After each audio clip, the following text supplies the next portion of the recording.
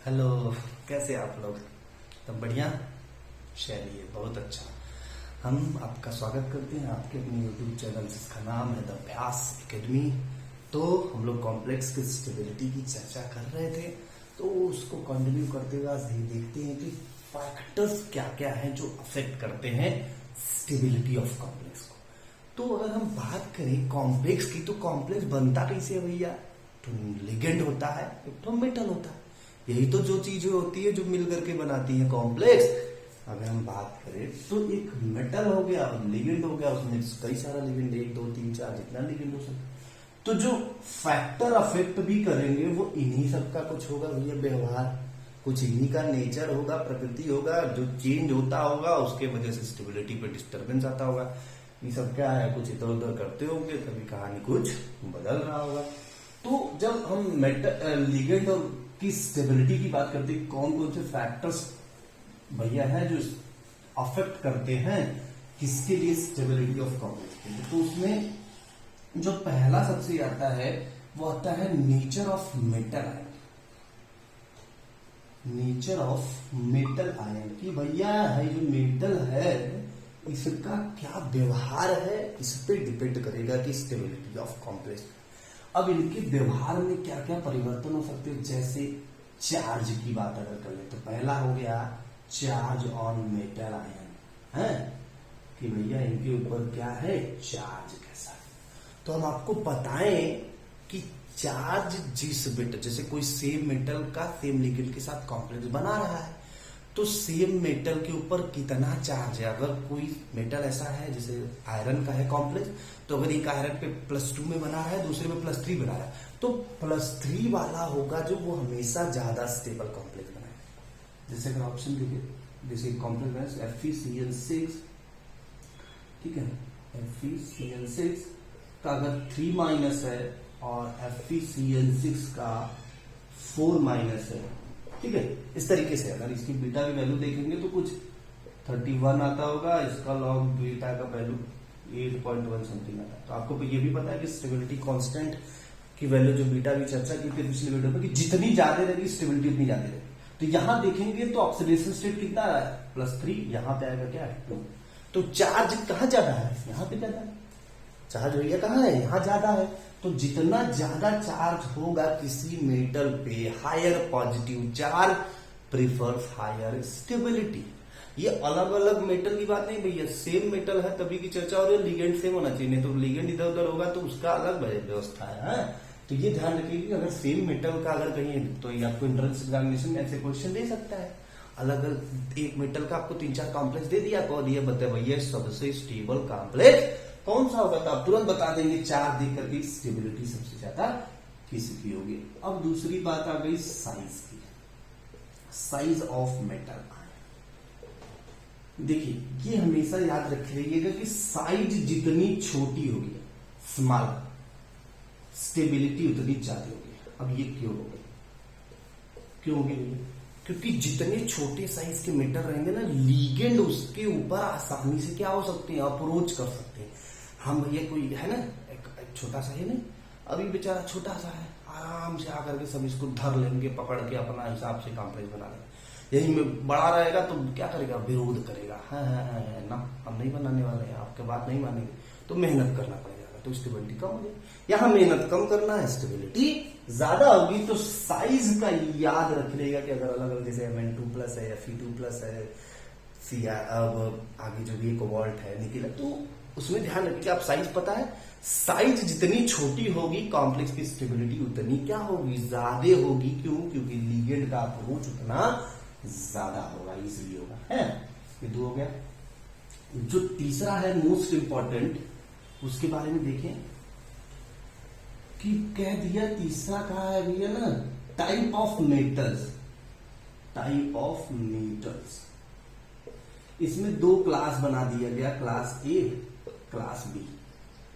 Class A में क्या रखा गया, ऐसे जैसे अल्कली मेटल्स हो गए ना, alkali metals, alkaline earth metals. अरे आपको वो वीडियो डिस्क्रिप्शन में डाल देंगे, हार्ड सॉफ्ट एसिड बेस वाला, सेम चीज होंगी, इसमें साइज छोटी वाली होंगे, इसमें साइज बड़े, चार्ज बड़े, ठीक है, ये सब जितने होंगे सब उसमें हो जाएंगे क्लास बी में। तो अभी बताने का मैटर क्या है, आप हार्ड सॉफ्ट वाला वीडियो देखेंगे, मैं डिस्क्रिप्शन में लिंक डाल दूंगा, उसमें मैंने बताया है ये सारी चीजें क्लास ए में कैसे होते हैं, हार्ड वाले कैसे होते हैं, सॉफ्ट वाले। तो ये हार्ड वाला होगा, हार्ड एसिड वाला, और ये सॉफ्ट एसिड वाले होंगे, ध्यान दीजिएगा। अब बताने का रीजन क्या है कि भैया जो क्लास ए के मेटल्स हैं, ये देखिएगा क्लास ए के मेटल हैं, वो ऐसे लिगेंड से स्टेबल कॉम्प्लेक्स बनाएंगे जिनके पास NOF हो, मतलब हाई इलेक्ट्रोनेगेटिव मेटल एलिमेंट हो। ऐसे लिगेंड जिनके पास हाई इलेक्ट्रोनेगेटिव एलिमेंट हो, वैसे वाले लिगेंड के साथ कौन बनाएगा, क्लास ए स्टेबल बनाएगा। वही क्लास बी की बात करेंगे तो ऐसे लिगेंड जिनके पास जैसे सल्फर हो गया, फास्फोरस हो गया, ES हो गया, Ec हो गया, ये सब लिगेंड वाले अगर मेटल एलिमेंट है, तब मतलब इनकी लोअर इलेक्ट्रोनेगेटिविटी है।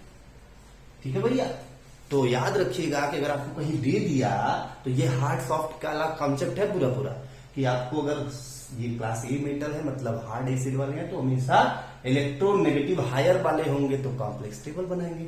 वहीं अगर क्लास बी वाले मेटल हैं, आप हार्ड वाले देख करके एकदम पूरा क्लियर हो जाएगा किसमें किसमें क्लास बी आएगा, किसमें, तो वो लोअर इलेक्ट्रोनेगेटिव वाले के साथ कॉम्प्लेक्स बनाएंगे हैं।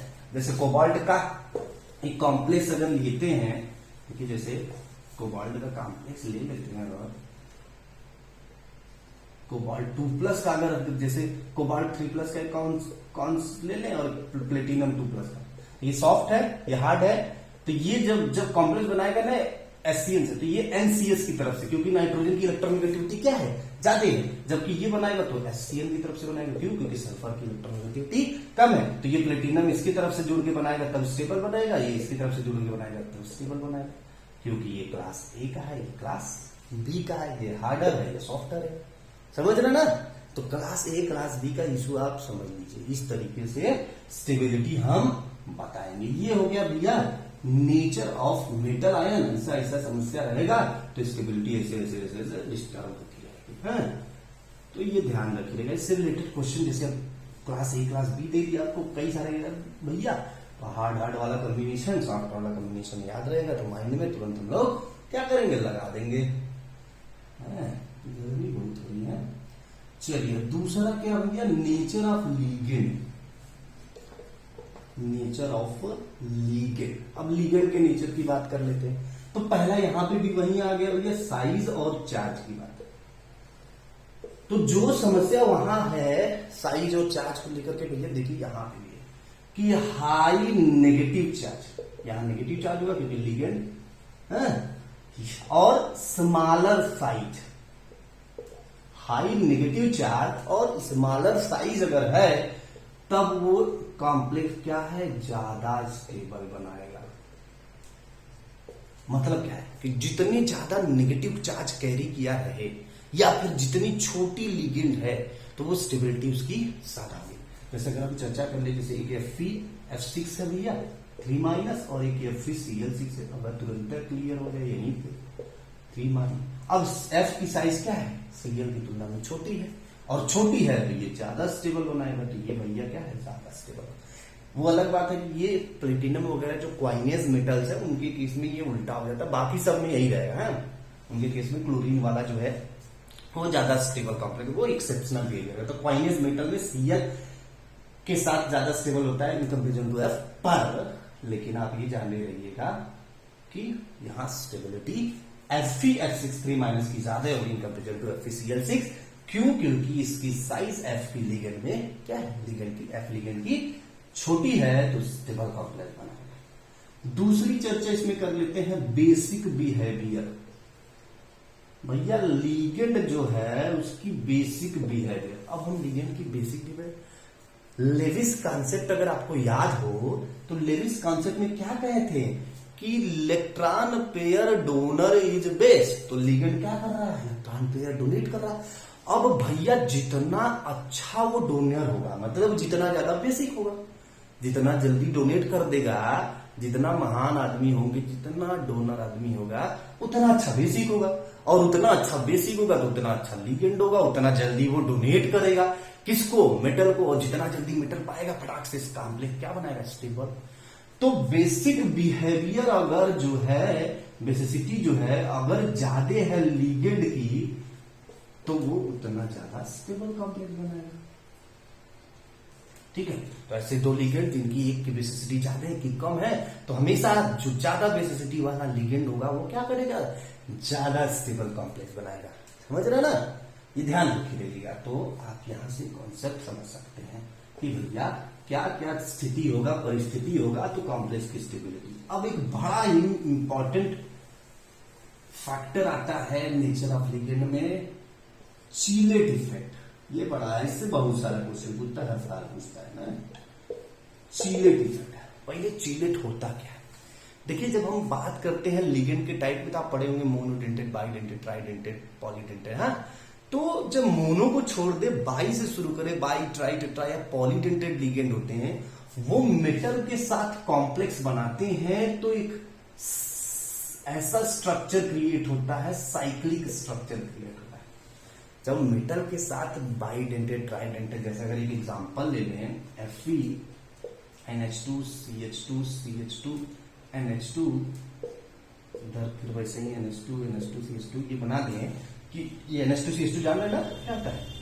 कोऑर्डिनेशन वाला चैप्टर खोलेंगे, वहां इसके बारे में अच्छे डिस्कशन हुआ है। इथाइलिन डायमीन ना, इथाइलिन डायमीन बोलते हैं। तो ये कैसा लिगेंड है? बाइडेंटेड। ये दोनों तरफ से, बाइडेंटेड लिगेंड का मतलब क्या है? दोनों तरफ से लिगेंड। तो जो दोनों तरफ से देगा तो एक साइक्लिक स्ट्रक्चर क्रिएट हो जाएगा। इसी साइक्लिक स्ट्रक्चर को बोलते हैं क्या?